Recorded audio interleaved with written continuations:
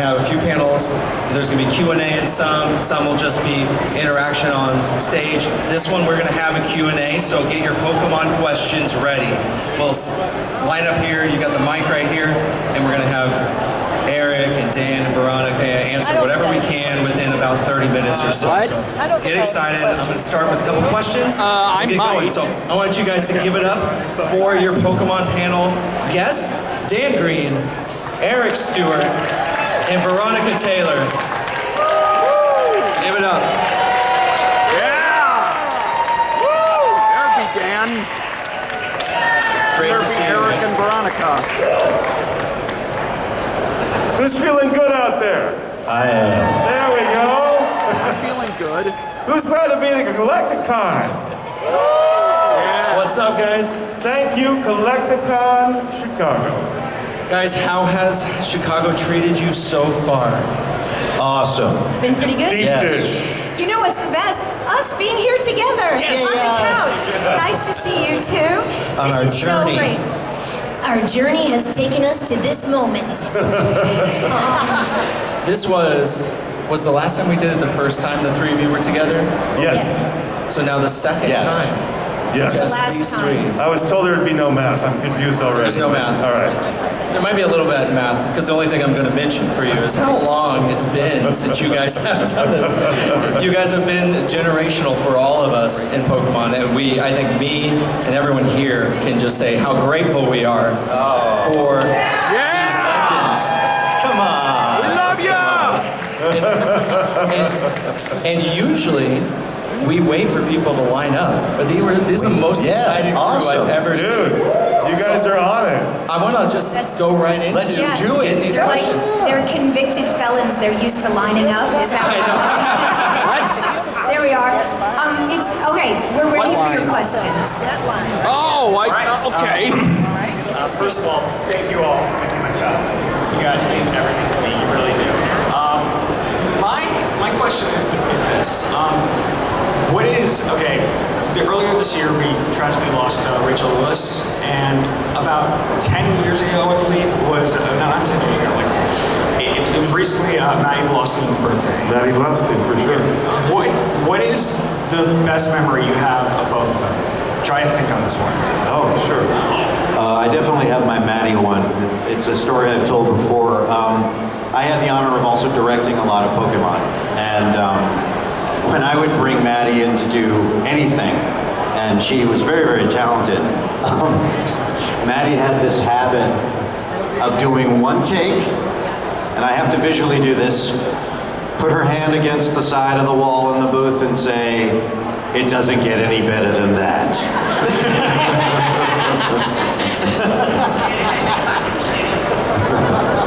Good. You know, I think I don't have a specific memory because when you're friends with someone, you just kind of exist.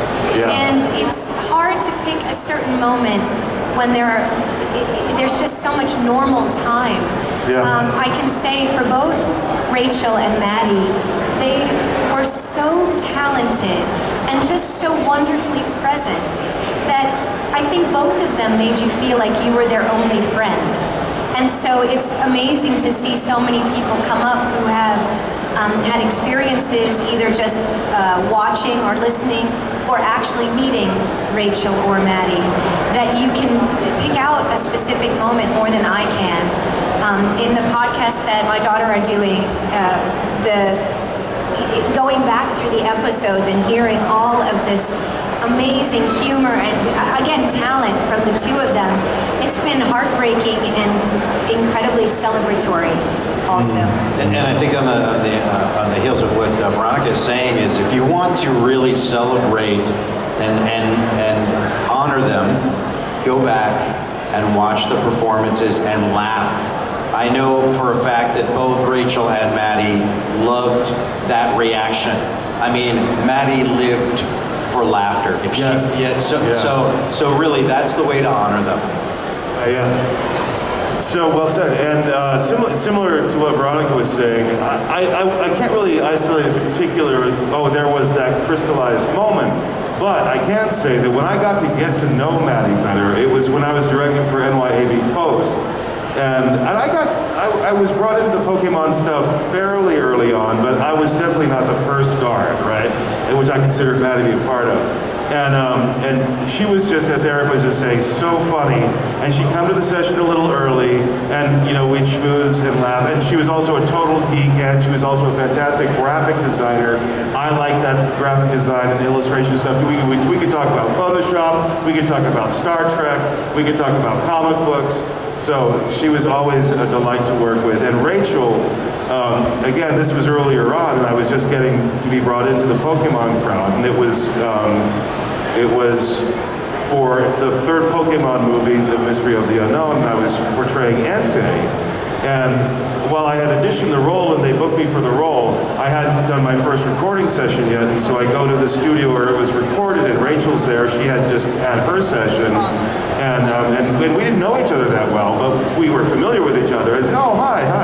And so I said, oh, how did it go? And she said, I think it went pretty well. Oh, great, I'm really excited. I really don't know what to expect. And she said, oh, so what character are you portraying? And I'm like, oh, Entei? I'm not sure how big a character it is.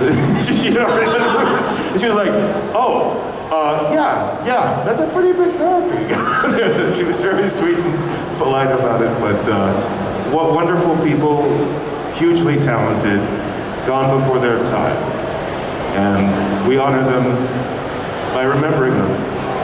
You're here. Thank you very much. Thank you, great. Okay, testing. All right, first off, you know, I really respect all of you. You really made my childhood really amazing with all your performances and stuff. Like, Pokemon was one of the first animes I really got addicted to as a kid. So I think you're the only one. yeah, for my question, so I've kind of gotten into like voice directing my own projects, so I've kind of gotten a bit of a hyper focus on it in the past like year or so. So because of this, a lot more voice acting related things just pop into my head. I have one thing, so for all of you, I know all of you have voiced a Pokemon at some point. What is it like to record a session for a Pokemon? Well, the fun part about that was we really never auditioned for the voices of the Pokemon. I would be brought in to do my Brock or James stuff, and they had listened to the original Japanese and listened to the register or the sound of those original Pokemon sounds, and say, oh, well, Eric's coming in here, he could probably do that, or he could probably do that. And so I loved when I got to play Squirtle, because I finally had a chance to do the water gun attack in a show, because everyone thought it was a sound effect, and I actually go like that. So yes, it's a lot of fun. That's not in the original Japanese. That's a sound effect in the original Japanese. You are so talented. Thank you. Thank you very much. It is a cool thing to have to do gibberish, essentially, when you're just using sounds to create a conversation. So it's a unique experience. Yeah. I'm not sure if you're aware, but the Pokemon just repeat their own names, okay? Spoiler alert. And, but it reminds me of this quote from, anybody here ever see, I think it was Avengers, was it the Endgame or the one before that, Infinity War? Well, anyway, so in Thor say like all language is made up, right? And you think about that, it's true. That's why there's so many different languages. So a sound itself does not essentially mean anything. It's what we agree that it means. Well, I'm just getting to the point that it's how you say it that conveys the meaning, right? So, like, what's one of the names of your best friend? What's a best friend you've had for a long time? Well, one of my best friends' name's Heather, for example. Heather, okay. For example, I guess is her last name. So anyway, how long have you been friends with Heather? 9 years. Only 9 years. That's a good amount of time. That's a great friendship. So 9 years. Now I'm sure most of the time Heather has been your friend Heather, but maybe on one or two occasions she's been your friend Heather. And that's what it's like to play a Pokemon. You have a point of view about how you're saying gibberish, but you need to know what the point of view is, right? So, you know, am I playing trick or treat or trick or? It's a lot of fun. fun. You should try it. Yeah, good question though. Thank you for that. Thank you Really very, helpful. very, very.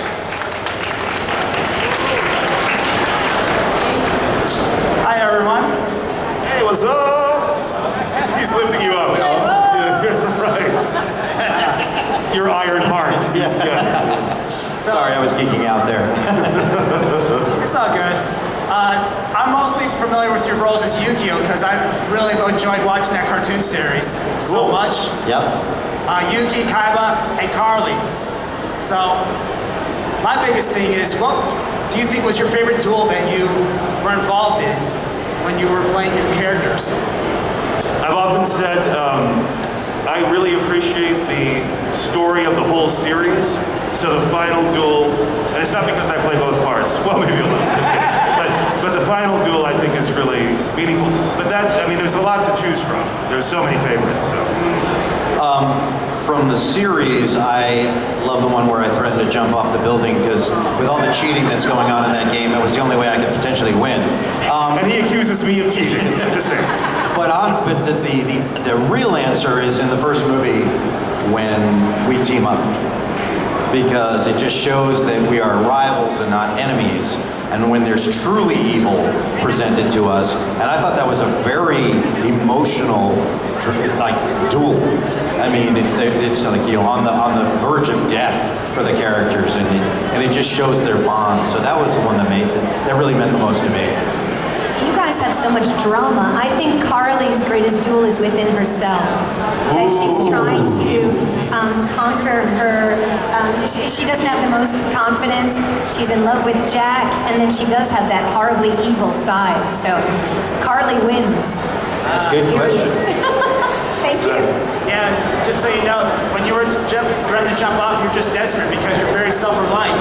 You're doing it for the love of your brother more than your company. See, you understand the character. Good. That's very good. I appreciate that. Thank you. Good job. Hello, Ash. Oh, thank you for lowering the microphone first of all. This is for Eric or maybe any of you can jump in. Could you step a little closer to the mic? There you go. Yeah, okay. Perfect. I'm very nervous about this. Okay. Do you know about like the beach episode? You know that band? I have heard of it. Yeah, okay. It's called Beauty and the Beach. So why did it air twice and never again? Although it was edited heavily to air for kids. Wait, what is my handwriting saying? I forgot what my handwriting. So you're asking me why the... No, not why it was banned. I know why it was banned. Okay, you're not asking me that. To add on to that, why was it never released on home video even though it was edited for kids? Also, two other episodes that were considered lost, which was what Beauty and the Beach was advertised as, eventually got a home video release. So there's two parts to that answer. Yeah. When they bought the series, you buy a certain amount of episodes per series, right? And sometimes when an episode had to get cut because of the things that were not approved for broadcast standards and practices in America, you had to fill that void with another episode. Okay? So it might be from the next season, so it gets added in. Because let's say you buy 10 episodes, and one of them disappears because it has to be cut. You only have 9. Now you have to add one from the other season, right? So those things can then get put on home video in any order, but that's not the way that the network buy works. Sorry to get all technical on you, but I was the 4Kids senior director for 10 years, so I was behind the scenes as well. And to go to your other thing about, you say you know why that episode was banned. Yeah. But the audience might not know what you're talking about. Okay, go explain that. In the beach episode, James is in disguise in a bikini and has breasts.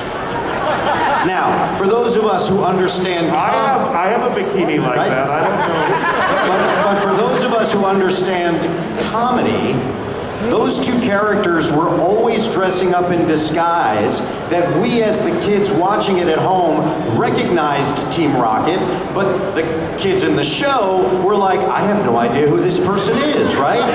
That's one side of it, but the other side of it is because of the strict rules of Saturday morning cartoons in this country, the network thought that that was promoting being transgender. Now, how many great movies have we seen where someone has been dressed in the alternate sex? Mrs. Doubtfire, Some Like It Hot. How about that one? How about Bosom Buddies, where Tom Hanks got his start, right? I mean, Tootsie won an Academy Award for that. And no matter what you get from that, that's your personal thing, but that was only promoting a great performance. And I thought that James in a bikini was hilarious. So. Okay, I also have another question about that. So, why did you dub the episode with holiday hijinks with black jeans, even though you knew it was offensive? Why did you dub it anyway? We didn't really have a choice in what we were asked to record, because once you get the job, you are doing that. I don't know that I don't know, it was just a Pokemon, but we didn't have an opinion on it. There's a lot of things that are inappropriate in different cultures that do not translate well. They're very stereotypical roles. The Japanese did not react the same way that we did. We removed that. Some of the characters that they wanted to play were all like the stereotypical versions of what you think that race, whatever is, which is why I love the fact that when I got to play Meta Knight, I was a legitimate, cool Spanish-speaking guy and not some stereotype, Bugs Bunny version of it. Yes. So there you go. But good question for that. Thank you, my friend. Yep.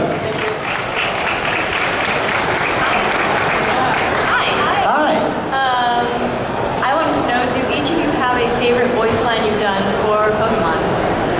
For Pokemon? Yeah, any of the voices you've done for Pokemon, you have a specific line that you just remember. I don't know, you guys, what do you think? Did we have any scenes together? No. Actually. Do you have a favorite? Yeah, I mean, I gotta say, my favorite line is, Mom, I'm home. What's for dinner? I have, of course, I have one Brock one, and I have one James one. My favorite Brock one is, of course, the Shakespeare of Pokemon. I'll just